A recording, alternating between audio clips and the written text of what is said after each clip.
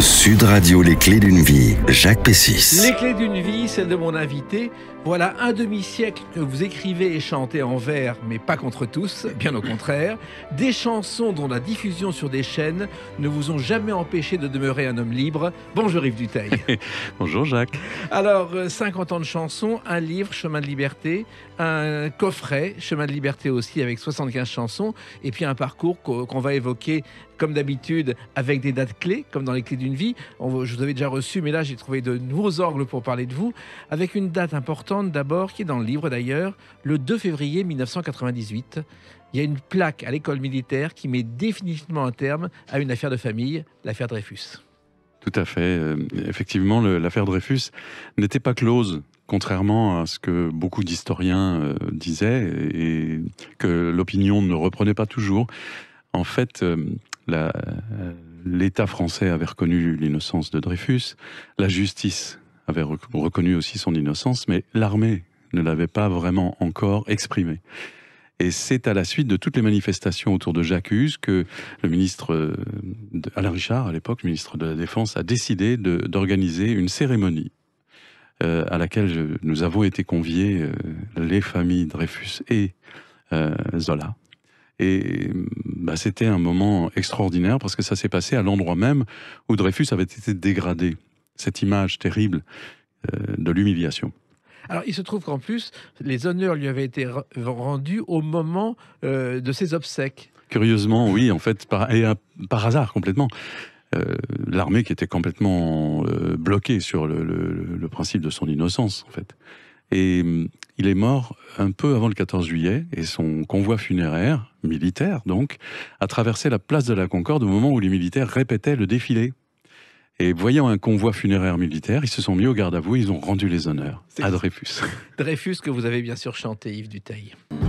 Il était alsacien, français, juif, capitaine, vivait parmi les siens à Paris, 17e. Quand un matin d'octobre, on l'accuse, on l'emmène vers 12 ans de méprise et d'opprobre et de haine. Alors, il se trouve que tout est parti d'un film d'Yves Boisset. Il y a eu plusieurs films sur l'affaire Dreyfus. Il y en a eu un de Richard Oswald en 1930, il y en a eu en 31 de Miss-Lone Rosmer, jusqu'à Polanski, il y en a eu une dizaine de films. Et puis, il y a eu celui d'Yves Boisset qui vous a convaincu de raconter cette histoire de famille, Yves Dutheil. Il faut dire que déjà, Yves Boisset avait eu le financement de ce film, téléfilm d'ailleurs, parce que certains généraux avaient dit une phrase ou écrit une phrase qui disait en substance « L'hypothèse la plus généralement admise est celle de l'innocence de Dreyfus ». Et ça a énormément choqué. Et du coup, François Léotard, qui était ministre à l'époque de la Défense, a débloqué des fonds pour réaliser un film sur l'affaire Dreyfus. Et c'est ce film que Boisset a fait. Et quand j'ai rencontré Yves Boisset, je lui ai dit comme ça, parce qu'on était à la projection privée d'un autre film, et qu'est-ce que vous faites en ce moment? Ah je suis en train de travailler sur un Dreyfus. Et là, ça m'a pris, en fait. Pourquoi Yves Boisset, qui n'est rien par rapport à Dreyfus, va faire un film sur Dreyfus, et moi, qui suis son petit-neveu, je vais rien faire pour étayer son innocence ou prolonger la mémoire de son innocence. Et c'est là que l'idée de faire quelque chose est née. Et ce quelque chose, ça a été une chanson. Et une chanson qui a demandé un an de travail. Rien que pour le texte.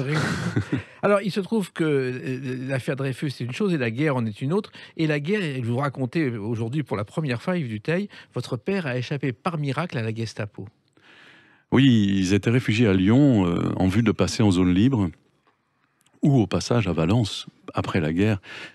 Lucie Dreyfus, donc l'épouse de Dreyfus, a séjourné sous le nom de Dutheil au couvent des religieuses.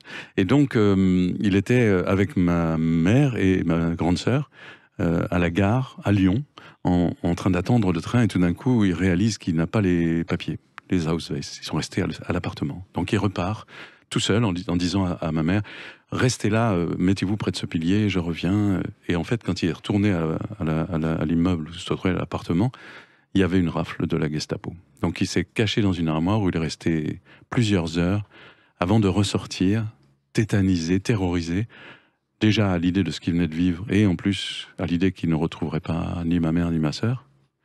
Et il les a retrouvés à la gare, à l'endroit où il les avait laissés, mais ça a laissé une trace indélébile. Et mon père était un angoissé chronique, et il me l'a un peu transmis. Je comprends. Alors, votre enfance, quand même, elle a été heureuse. Elle a été heureuse avec une chanson. Au parc Monceau, entre les grilles et les arceaux, les cours d'histoire avaient bon dos. Près du métro, elle m'attendait sans dire un mot.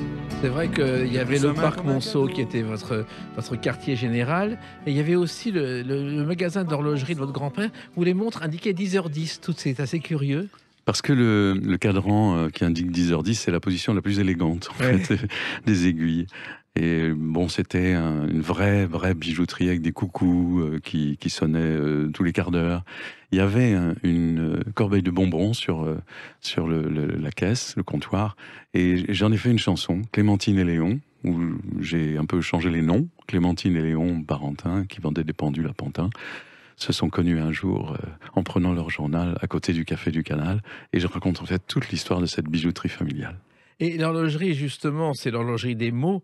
Et ça vient des mots croisés de votre mère et de Max Favalelli, qui a été le monsieur dictionnaire de mots le plus long et qui aimait les mots croisés parce que Tristan Bernard lui avait donné l'amour des mots croisés. Il a fait plus de 70 000 grilles. Et je crois que votre mère en a fait pas mal, Yves Dutheil. Elle en a fait pas mal. Elle m'a donné le goût de ça et le goût de la langue française. Moi, j'adore les définitions un peu tordues. J'en avais trouvé une parce qu'il y avait un journal qui m'avait demandé un jour de faire une grille de mots croisés. Donc, je donnais les définitions, puis après, ils se débrouillaient avec la technique, mais j'avais trouvé des définitions. Alors, je compte les lettres. Alors, voilà, je vous dirai la solution, ce sera plus simple. Oui. Battu en neige et passé au chinois. Qu'est-ce que c'est? Tibétain. Ben voilà, c'est une belle définition. Alors, la musique, c'est venu aussi de votre mère qui avait un piano qui jouait d'oreille, comme vous. Et puis, il y a une mélodie, il y a une série de mélodies qui ont marqué votre oreille d'enfance, Yves Dutheil. Les playbacks de Jacques Loussier, ça vous a marqué? Ben oui, parce que contrairement aux études qu'on fait, celles de bac justement, moi j'ai appris la musique un peu par le côté, quoi. J'ai appris le bac par Jacques Loussier, par les Swingle Singers. J'ai appris Victor Hugo par Brassens, Oui. Gazi Belsal, la légende de la nonne. Et bon, ça a été une leçon extraordinaire que des auteurs ou des compositeurs m'ont donné sans le savoir. Et je suis rentré en culture musicale à travers ces interprétations très fantaisistes, en fait. Oui, et en plus, Jacques Loussier, quand l'album est sorti, ça a fait scandale auprès des puristes. Résultat, il a vendu des millions d'albums dans le monde entier. Et à juste titre. Alors, la guitare aussi, je crois que vous aviez 15 ans pour votre première guitare, Yves Dutheil, et que c'est au Club Méditerranée que vous avez appris la guitare. Grâce à un ami, qui est toujours un ami aujourd'hui, qui s'appelle Guy Lukowski. Alors, Guy est un virtuose de la guitare, il est belge, et il a des mains d'une rapidité, d'une agilité incroyable, on dirait un ballet quand il joue, et quand il fait des trémolos, je suis vert, tellement il est techniquement extrêmement au point. Et donc, c'est lui qui m'a fait sortir du gling et du glang à la guitare, pour rentrer dans l'arpège, pour rentrer dans la dentelle vraiment, et il m'a fait faire mes premières gammes, et depuis on est restés amis, et c'est même grâce à lui que j'ai fait mon premier spectacle à Paris, oui, avec Geneviève Baylac qui m'a demandé de lui de contacter pour le remplacer un jour. Oui. Et les premiers spectacles, bon, il y avait la Resserre au Diable qui était un cabaret où il y avait plus de monde sur scène que dans la salle quelquefois. C'est ça. Alors il y avait Cléo Berger et Olivia Orlandi qui faisaient les deux personnages de la famille irlandaise, oui, de Geneviève Baylac. Et il y avait une voix off qui disait sur la scène, parce que c'était une audition en fait, elle passait des sketchs et moi je passais des chansons. Vous n'avez pas autre chose? Et c'était ce gimmick permanent qui faisait que si, j'ai ça. Alors hop, je chantais mes premières chansons. Et c'est là aussi que j'ai rencontré Frédéric Botton, qui a entendu ses débuts de chansons, ses premières compositions, qui m'a dit « Mais venez me voir, ça m'intéresse. » Et celle-là, c'était quoi? Montrez-moi un début de chanson comme ça. On va en parler tout à l'heure, justement. Mais il y a aussi un souvenir important, c'est l'Olympia, car vous avez traîné dans les coulisses de l'Olympia bien avant d'être sur scène, Yves Dutheil. C'est tout à fait vrai. En fait, j'avais tellement envie de faire ce métier que je traînais partout où des artistes répétaient. Donc il y avait le groupe Triangle, il y avait Michel Fugain et qui avait l'atelier du 4e étage pour répéter et préparer le Big Bazar. Exactement.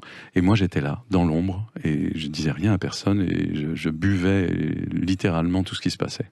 Et c'est d'ailleurs Jean-Michel Boris qui avait prêté la salle du 4e étage, qui avait convaincu Cocatrix que Fugain et son Big Bazar avaient de l'avenir. Jean-Michel Boris qui nous a quittés récemment et que vous aimiez beaucoup. Ben oui, il y avait quelques personnes dans ce métier qui étaient des repères, des phares. Il y avait Jean-Michel qui nous a quittés récemment. Et par chance, Monique Lemarcy qui est toujours là avec nous et qui nous accompagne encore de toute sa tendresse, de toute sa bienveillance et qui a été déterminante dans tout le parcours de ma carrière. Et une carrière qui a une date clé, le 11 novembre 1977. On en parle dans quelques instants sur Sud Radio avec Yves Dutheil. Sud Radio, les clés d'une vie, Jacques Pessis. Sud Radio, les clés d'une vie, celle de mon invité Yves Dutheil. C'est Chemin de liberté, c'est un livre aux éditions de l'Archipel, c'est aussi un coffret de 4 CD. Et la liberté, elle a une date aussi, le 11 novembre 77. Alors c'est l'armistice, mais c'est le jour de l'enregistrement de votre premier album en public au Théâtre de la Ville. Voilà, alors ça c'est aussi un petit miracle. J'avais reçu un prix, le prix Jeune Chanson, qui est décerné par le Haut Comité de la langue française, oui, pour mon second album que personne n'a entendu, mais qui n'était pas tombé loin de l'oreille de Gérard Violette. Quand il a entendu que j'avais ce prix, il a tendu l'oreille et il m'a proposé le fameux 18h30, mythique du Théâtre de la Ville, celui où mon père a enfin révélé à ses proches qu'il avait un fils saltimbanque. Voilà, oui, parce qu'avant, il n'osait pas le dire. Il préférait dire qu'il était à la fac comme étudiant. Il y a quelqu'un qui lui a dit « Mais il y a un type qui s'appelle comme vous, qui va passer au Théâtre de la Ville. » Il a dit « Oui, c'est mon fils. » Et vous êtes passé avec une chanson qui est dans toutes les oreilles. Vous savez la tarentelle, telle qu'on la dansait autrefois. Moi je vous montrerai celle que demain l'on dansera. Si vous donnez la cadence, danse, moi je vous donne le la. Je vous l'apprendrai la danse, ce joli petit. Alors, selon la légende, la tarentelle, Yves Dutheil, c'est une danse italienne qui permettrait à une personne mordue par une tarentule de se débarrasser du venin en se déchaînant, en se remuant. Moi, je pensais que c'était pour éviter d'être piqué. Voilà, c'est la légende. Alors, effectivement, la tarentelle, ça a été un énorme succès et c'est sorti contre l'avis total de la direction de votre maison de disques, Yves Dutheil. Dans la vie, il y a des gens qui savent. Et c'est souvent des gens qui vous disent ce qu'il faut faire. Oui. Et Christian Ergotte, c'était l'inverse de ça. C'était quelqu'un qui parlait pas beaucoup, mais qui savait vraiment. Et il m'a beaucoup encouragé avec cet album. Et c'est la première fois où je travaillais aussi avec Claude Dejac, qui a été mon directeur artistique pendant une décennie. Et le directeur de la maison de disques de l'époque avait dit à Christian Ergotte, qui était le directeur commercial, donc, en entendant la tarentelle, le petit pont de bois, prendre un enfant, il me manquait toujours, le mur de la prison d'en face. Oui. Il disait, mais tu crois quand même pas que tu vas tirer un album avec ça? Oui. 1 300 000. Il l'a regretté ensuite? On n'en a jamais reparlé. Je suis pas cruel. Voilà. Alors cette chanson elle est arrivée 3 ans après votre premier succès, et c'est cette chanson que Frédéric Botton avait repérée, Yves Dutheil. Je regarde un instant vers toi. Tu es presque appuyé sur moi. Un virage à droite, un peu sec qui te plaque à moi. Je voudrais que ce virage n'en finisse pas. Je redresse doucement sans un coup ton visage sur mon cou. Oui, cette chanson, je me souviens très bien, quand vous avez débuté, elle a été vraiment repérée par le public qui l'a appréciée. On vous a découvert avec cette chanson, Yves Dutheil. Oui, beaucoup ont cru au départ que c'était Michel Delpech. Oui. Et puis ensuite, effectivement, cette chanson m'a suivi, elle m'a précédé. On en a fait des versions. Ce qu'on a entendu là, c'est la dernière version en date. De la refaire. On vient encore de l'enregistrer à nouveau. Mais c'est une chanson fétiche, c'est incroyable. Je ne pourrais pas faire un concert sans qu'il y ait virage. Mais pourquoi faire des versions nouvelles régulièrement ? Parce que je crois que pour que le public reste intéressé et s'attache à un artiste sur la durée, il faut que nous, sur scène, on soit heureux de faire ce qu'on fait. Donc je ne veux pas jamais rentrer dans la routine. Si je continuais à chanter les mêmes versions des mêmes chansons, à un moment donné, je finirais peut-être par me lasser. Or, je me suis jamais lassé. Et parce que régulièrement, on a voulu renouveler le plaisir de la scène avec la complicité active des musiciens qui m'accompagnent. Et on a inventé à chaque fois des nouvelles versions. Là, il y a une nouvelle version de Prendre un enfant, qui est un picking de guitare différent, qui balance, moi, que j'adore.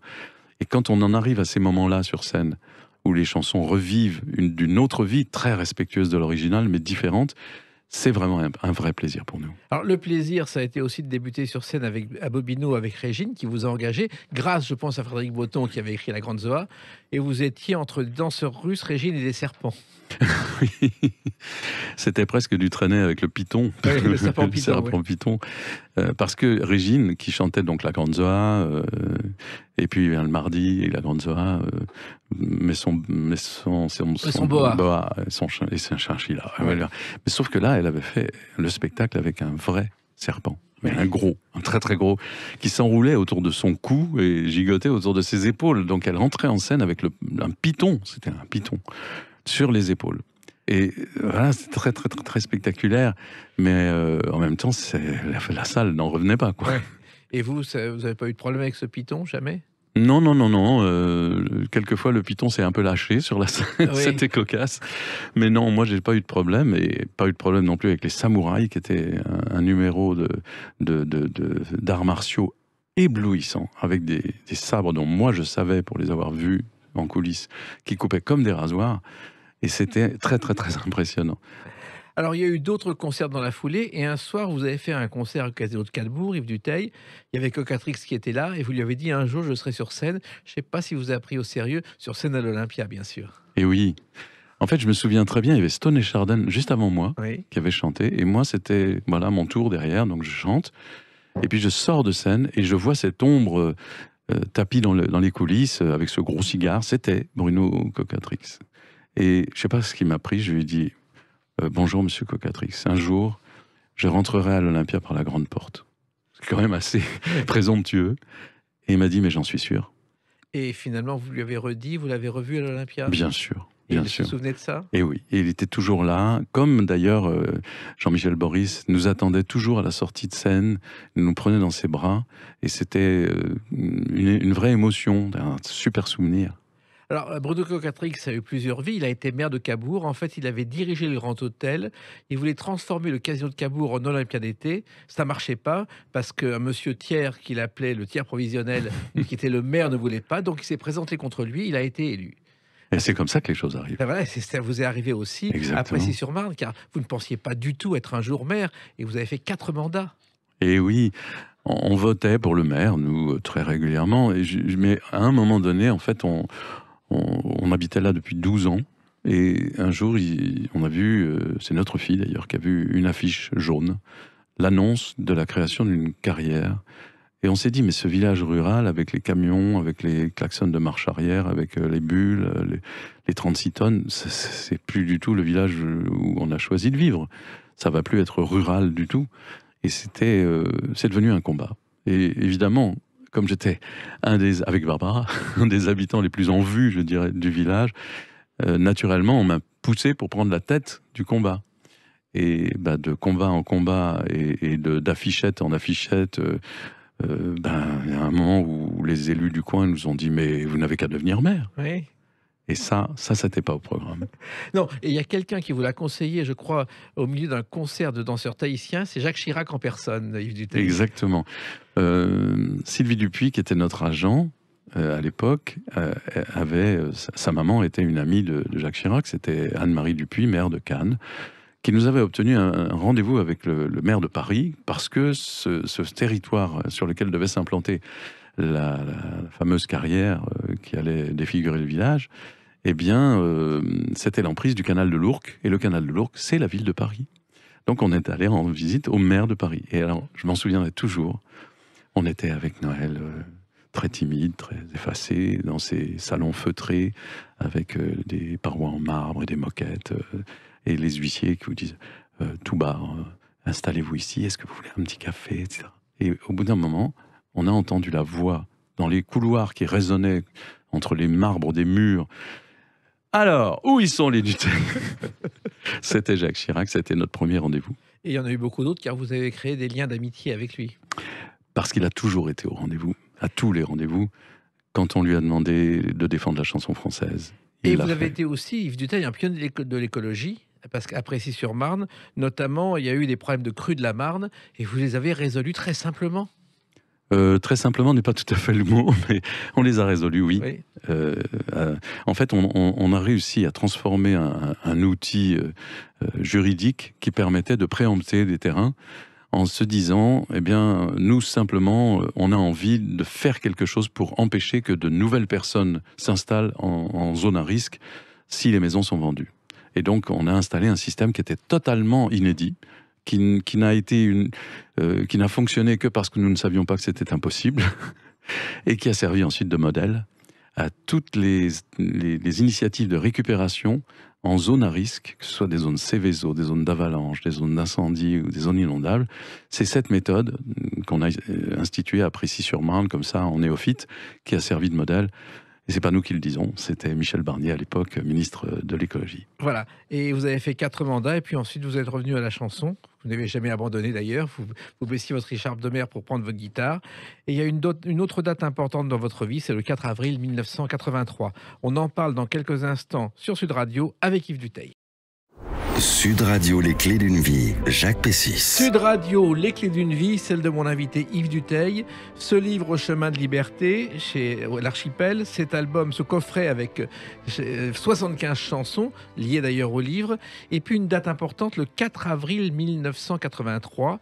Vous avez passé une journée chez Félix Leclerc, je crois. Oui, grâce à Jean Dufour, qui était notre agent. Et à ce moment-là, on avait pu faire connaissance avec Félix parce que il était malade, il avait un problème respiratoire, il ne pouvait pas assurer les tournées qu'il avait prévues à Paris. Et comme Jean était son agent en France, Jean a proposé de remplacer le spectacle de Félix par le nôtre. Et c'est comme ça que j'ai fait ma première tournée en France, la première grande tournée dans les théâtres de province. Et effectivement, grâce à Jean, on est allé rendre visite à Félix, à l'île d'Orléans, chez lui. On a passé une journée absolument délicieuse. J'ai une anecdote d'ailleurs, parce que Jean Dufour, qui était un bon vivant, cultivait des vignes et faisait du vin. Et il avait offert une bouteille de vin à Félix. Et Félix l'avait précieusement rangée dans un placard. Et à un moment, Félix m'appelle et il me dit « Venez voir ». Et il ouvre le placard, il sort la bouteille et il me montre la bouteille que Jean lui avait offert à ouvrir le jour de l'indépendance.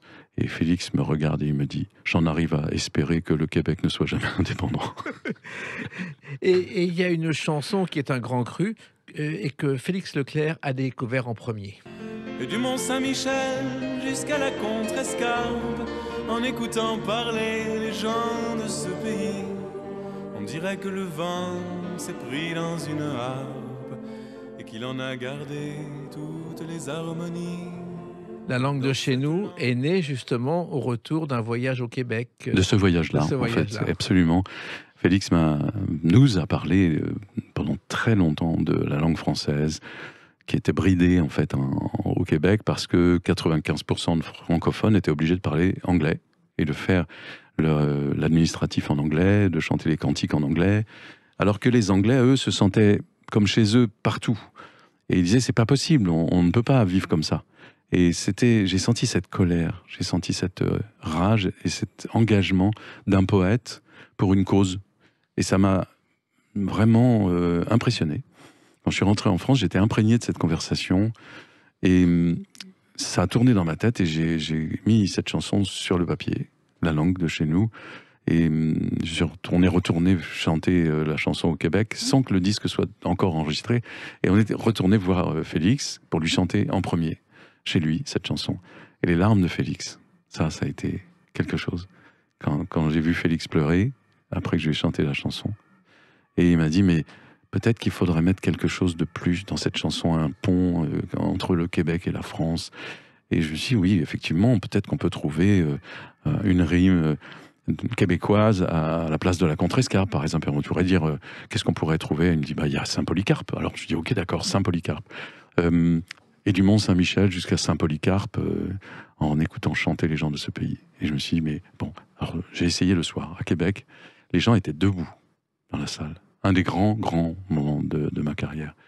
Mais après, je me suis dit, mais les gens du Québec me disent, mais c'est quoi la Contrescarpe? Et là, je me suis dit, les gens en France, ils vont me dire, mais c'est quoi Saint-Polycarpe?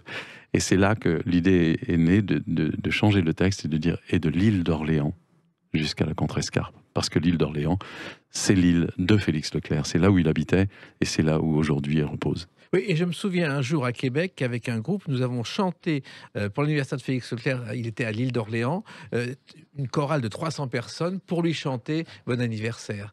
Et moi, je me souviens aussi, un soir, j'étais à Montréal, j'ai vu votre spectacle et j'ai vu les gens debout avec la langue de chez nous. Alors c'est, je disais, un des plus grands moments de ma carrière, de ma vie même. C'est ce moment où j'ai pour la première fois chanté la langue de chez nous aux Québécois. La chanson n'était pas indisquée, comme ils disent, et personne ne la connaissait. Il y a eu un moment de flottement, une espèce de silence après la chanson. Et l'onde qui s'est produite à ce moment-là, venant du public, a été tellement forte que le technicien qui était au retour de scène, qui était donc sur le côté, sur mon côté gauche, dans les coulisses, m'a raconté après, il m'a dit « Tu as été poussé en arrière par le souffle du public ». Et j'ai jamais oublié ce moment où les gens se sont levés pour une ovation. Et cette chanson est devenue un lien extraordinaire entre les Québécois et nous. Oui, je crois même que c'est l'hymne d'ouverture des sommets de la francophonie aujourd'hui. Oui, c'est ça. C'est fou. Ça. Ouais, non, mais voilà, c'est des moments où on écrit quelque chose, on est un peu au-dessus de soi-même, on ne sait pas trop ce qui nous a touché du bout du doigt venant du ciel, mais il s'est passé quelque chose au moment de l'écriture. Et une fois encore, le responsable de la maison de disques ne croyait pas en cette chanson, Yves Dutheil, et ne voulait pas la sortir. Absolument.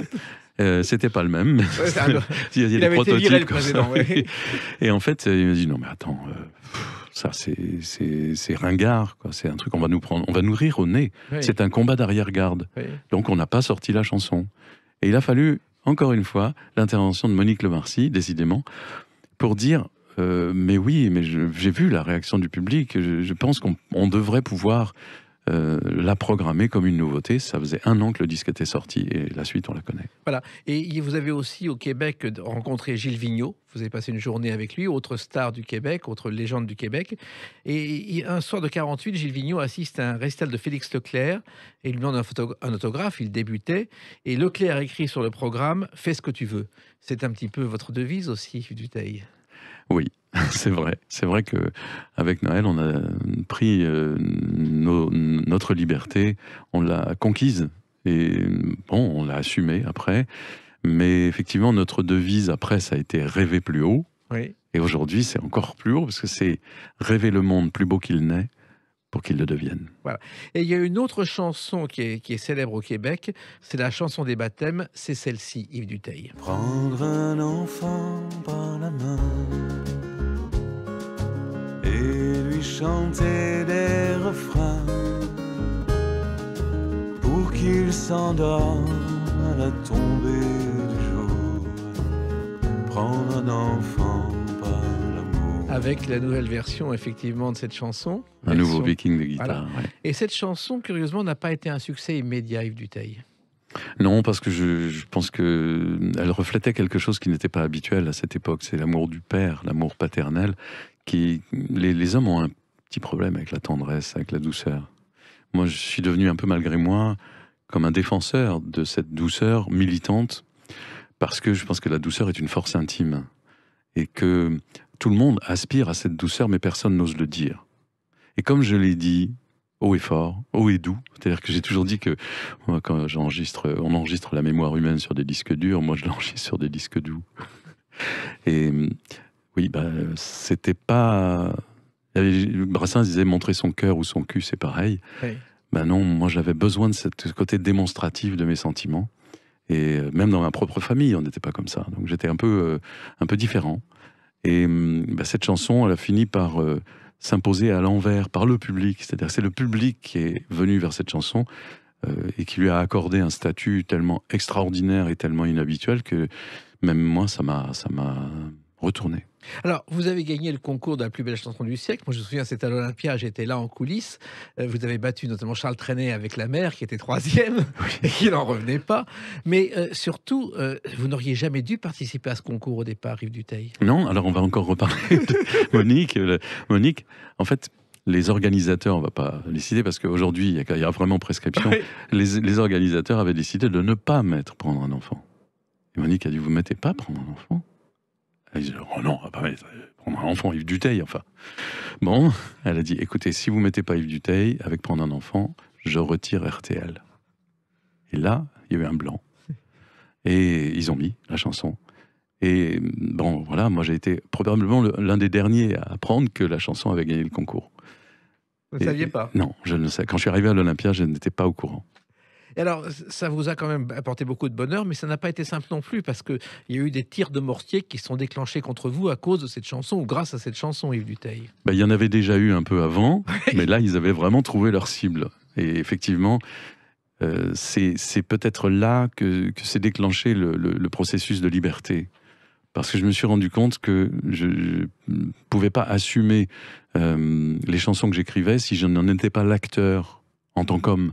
Et ça m'a obligé à monter d'un étage et à devenir l'homme de ce que j'essayais de défendre dans mes chansons.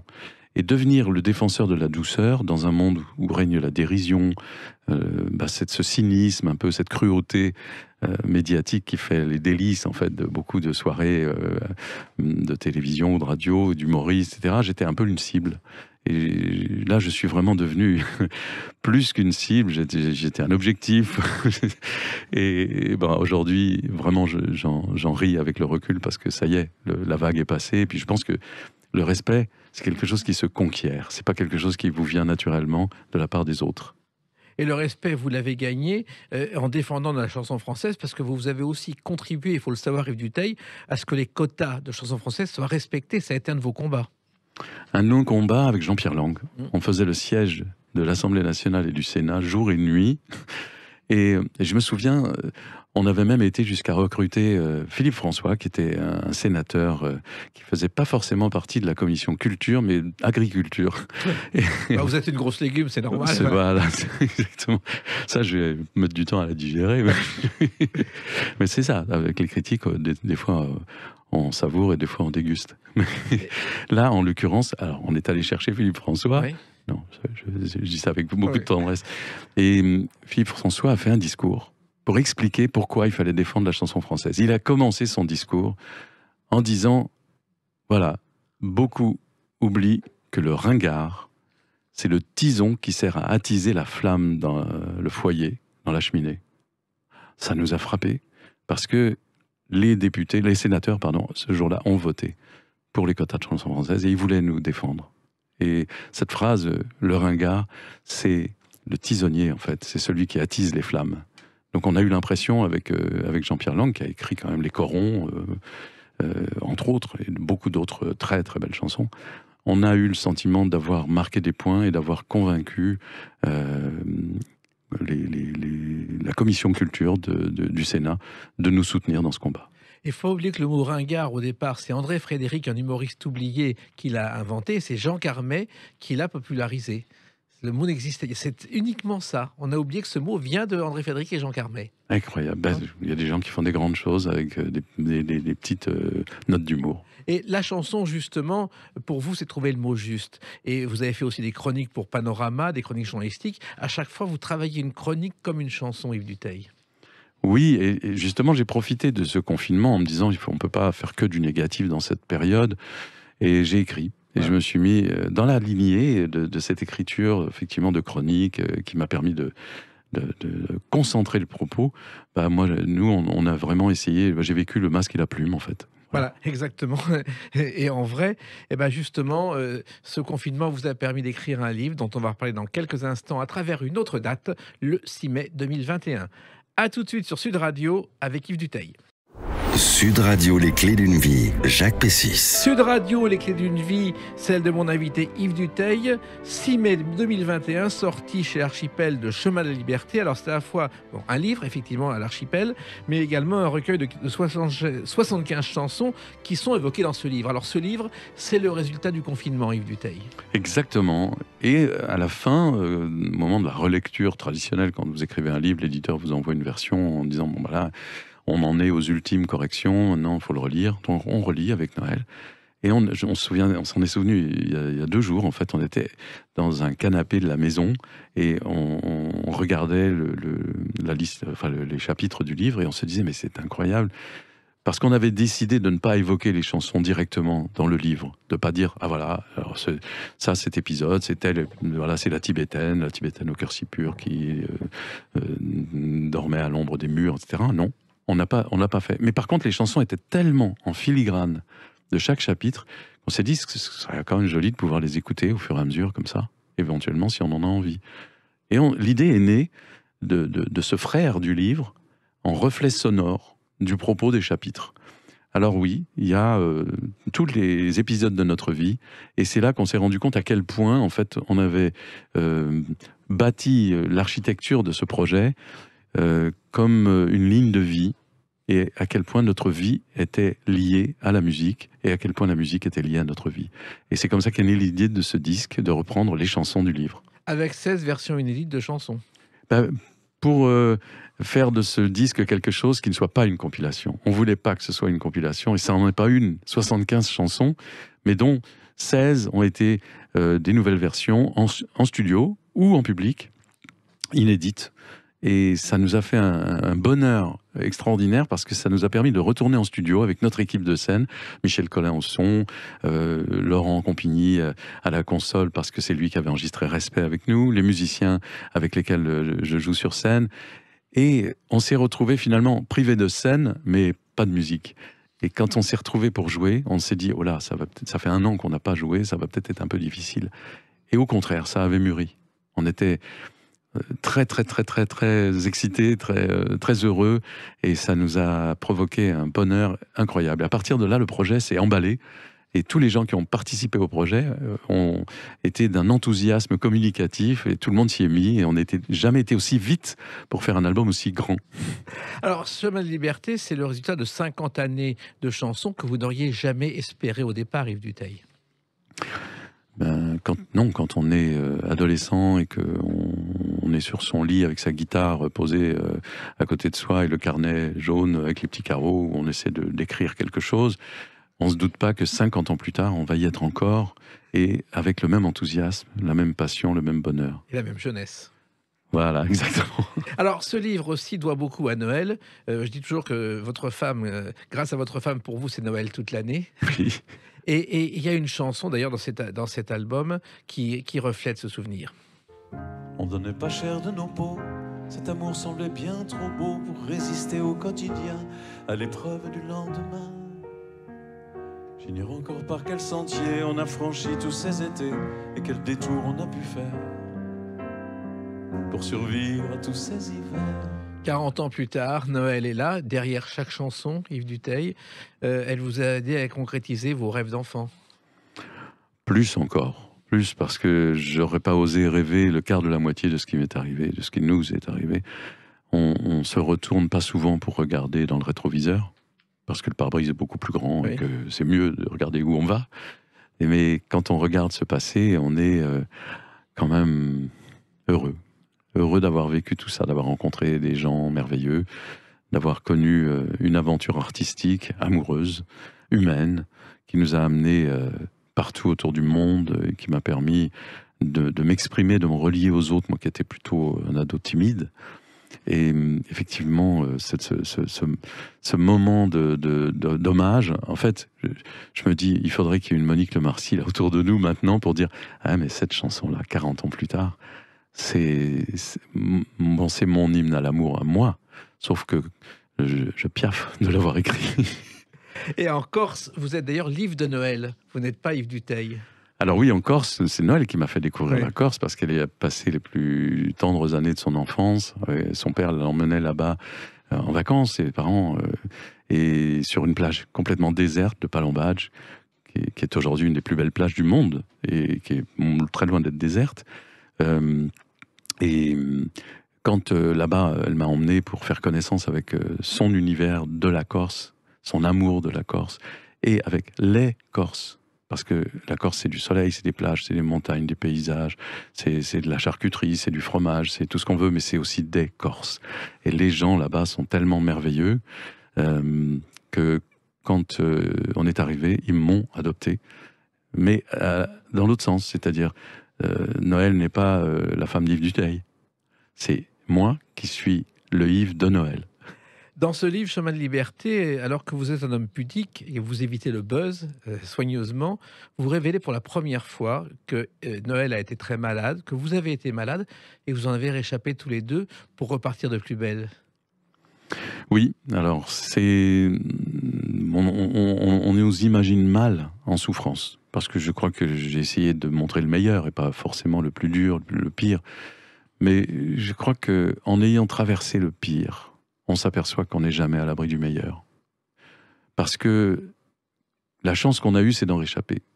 Moi, d'un problème de cœur, où je sais que bien souvent, on n'en sort pas.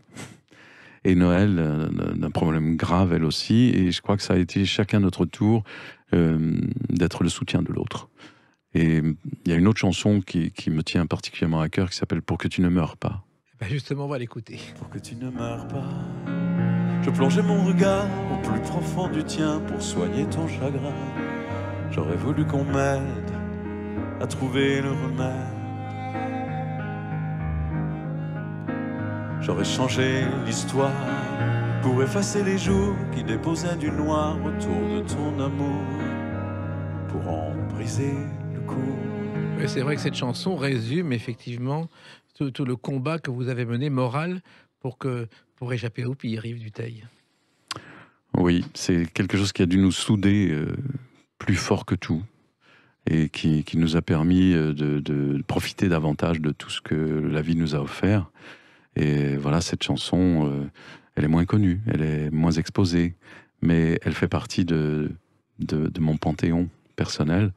Je me revois l'écrire et je crois que cette volonté qu'on a eue chacun de s'en sortir pour l'autre et pour les autres nous a permis d'émerger du pire pour apprécier encore plus le meilleur. Alors, dans ce livre, vous évoquez aussi vos amitiés, Yves Dutheil, notamment avec Raymond DeVos, avec qui vous avez partagé des dîners. J'en ai partagé aussi, où à la fin du dîner, il testait ses sketchs en s'allongeant par terre, par exemple, pour voir si ça faisait rire le public. C'est ça, mais parce qu'en fait, on l'a vu un jour en scène faire un quart d'heure sur une araignée, parce qu'il entendait quelqu'un dans le public qui disait l'araignée, l'araignée. Alors il disait, j'ai pas écrit de sketch qui s'appelle l'araignée, je ne sais pas ce qu'il veut dire. Et donc, à un moment donné, la personne dans le public lui a montré, il y avait une araignée qui était dans le faisceau du projecteur, et on voyait son fil du côté du public, et on voyait l'araignée. Il a fait un quart d'heure sur l'araignée, mais aussi dans la vie, c'est-à-dire, c'est quelqu'un qui vous disait joyeux anniversaire, je ne sais pas combien tu as, mais tu ne les fais pas. Voilà. Et donc, il y a une amitié partagée totalement, avec des soirées, des dîners, et quelqu'un qui vous a presque appris aussi une sorte d'amour de la vie aussi. Oui, parce que c'est quelqu'un qui dévorait la vie. C'était comme Chirac, quoi. C'était des bouchées entières. Il dévorait la vie. Et effectivement, c'était un travailleur acharné. Il était tout le temps en train d'écrire, d'apprendre à jouer d'un instrument, de faire quelque chose de nouveau. Et il écrivait des chansons flash. Se coucher tard, nuit. Voilà. C'est comme Brassens qui vous a appris, vous aussi, à vous lever tôt pour écrire, Yves Dutheil. Mais oui. Alors ça, c'est grâce à Clémentine de Roudil, qui est la petite fille de Doisneau, le photographe, adoré de tous les photographes, qui a organisé une exposition Brassens à la Cité de la Musique. Et on était visiter l'exposition dont elle était commissaire. Elle a reconstitué l'atelier en fait de chansons de Brassens, et il y avait comme un kakémono qui expliquait comment il travaillait. Et c'est là que j'ai appris en fait qu'il travaillait très tôt le matin, 5h30, 6h, il se réveillait, il travaillait. Et je me suis dit, mais pourquoi j'essaierais pas ça? Et ça a été une révélation, moi qui m'endormais sur des lignes de Z ou sur des traits au stylo jusqu'au bord de la page, le soir, parce que j'étais fatigué. Je me suis mis à travailler le matin, très tôt, l'esprit frais, le silence dans la maison, aucun coup de téléphone, personne pour vous déranger. Et finalement, c'est comme ça que je travaille maintenant. Voilà. Et il y a une autre chanson qui est née aussi d'une amitié, c'est Mélancolie. Il y a des jours où l'on n'est plus personne, comme au milieu d'un cinéma désert, on rembobine et tout passe à l'envers. Cette chanson, elle doit beaucoup aussi à Véronique Sanson. Oui, oui, parce que Véro a accepté de chanter en duo avec moi cette chanson sur un album qu'on a adoré qui s'appelait Entre elles et moi et qui réunissait en fait les voix féminines qu'on adorait. Il y avait Véro, il y avait Véronique Rivière, il y avait Didi Bridgewater, il y avait Jeanne Moreau dans un duo qui s'appelle L'Adolescente. Il y avait Enzo Enzo. Voilà, il y avait vraiment je cherche parce que Rose Laurence faisait partie aussi de ce bouquet. Et en fait, c'est un disque qu'on a adoré parce que Véro a abordé cette chanson que j'avais écrite comme pour se l'approprier. Et beaucoup ont cru après qu'elle l'avait écrite tellement elle était bien dedans. Et donc, c'est un morceau, pour moi, c'est un morceau incroyable parce que entre Véro et moi, au niveau musical, on n'est pas du tout dans les mêmes styles. Moi, plutôt dans les ballades, les choses très douces, etc. Véro, c'est plutôt l'énergie, le rhythm and blues. Et quand on nous entend chanter ensemble, je trouve qu'il y a une osmose entre nos voix et notre façon d'organiser les syllabes et les accents toniques et les mots. Il y a quelque chose presque d'anglophone entre nous dans cette façon d'organiser la musique. Alors, dans ce livre Chemin de liberté, on apprend aussi que vous avez un piano chez vous qui est lié à une chanson, Yves Dutheil. En regardant le mur, j'imagine à sa place les grillages ouvragés d'un parc abandonné, explosant de rosiers d'espace. Le mur de la prison d'en face, vous l'avez joué sur le piano du studio numéro 2 de Pathé Marconi que vous avez racheté. Oui, tout à fait. Ça, j'en suis très très heureux, très fier. Au moment où Pathé Marconi a dû se débarrasser des studios d'enregistrement mythiques du Pont de Sèvres, où j'avais enregistré la plupart de mes chansons, et aussi où j'avais pris le la pour toutes mes chansons, que ce soit pour la guitare ou pour le piano lui-même. Et on a dit, est-ce qu'on peut pas racheter ce piano? On nous a dit oui, et on l'a racheté. Alors ce piano est chez nous, c'est mon piano, et c'est un piano qui a dû avoir une histoire extraordinaire. Il y avait un marimba aussi sur lequel on a enregistré Virage, la première version, et je suis très heureux parce que moi j'ai pas l'usage d'un marimba à la maison. Ça, c'est ce bruit qu'on entend quand on a une pub de café. Oui. On entend toujours un marimba derrière. Eh bien, il est au studio Malambo maintenant. On l'a offert au studio et ils étaient très très heureux de l'avoir parce que voilà, il continue à faire de la musique. Ce qui est fascinant avec vous, Yves Dutheil, c'est qu'il y a une trentaine d'écoles qui portent votre nom aujourd'hui, des étudiants qui vous consacrent des mémoires. Vous l'auriez encore une fois jamais imaginé avant. Ni moi ni mon père. Oui. Parce que bon, dans la famille, on n'était pas vraiment saltimbanque. Mais par contre, il y avait quand même un grand-père qui écrivait des vers. Il avait gagné, en fait, le droit de visiter à vie la Tour Eiffel, parce qu'il avait fait un poème sur la Tour Eiffel. Et j'ai gardé ses petites pièces de théâtre, ses poèmes. Et un oncle, le frère de ma mère, qui jouait de la scie musicale et qui était aussi prestidigitateur. Et puis ma maman, qui était une pianiste remarquable, qui me fascinait, tellement ses mains faisaient un ballet quand elle dansait sur le clavier. Et tout ça, ça a donné en fait un amour des mots, un amour de la musique.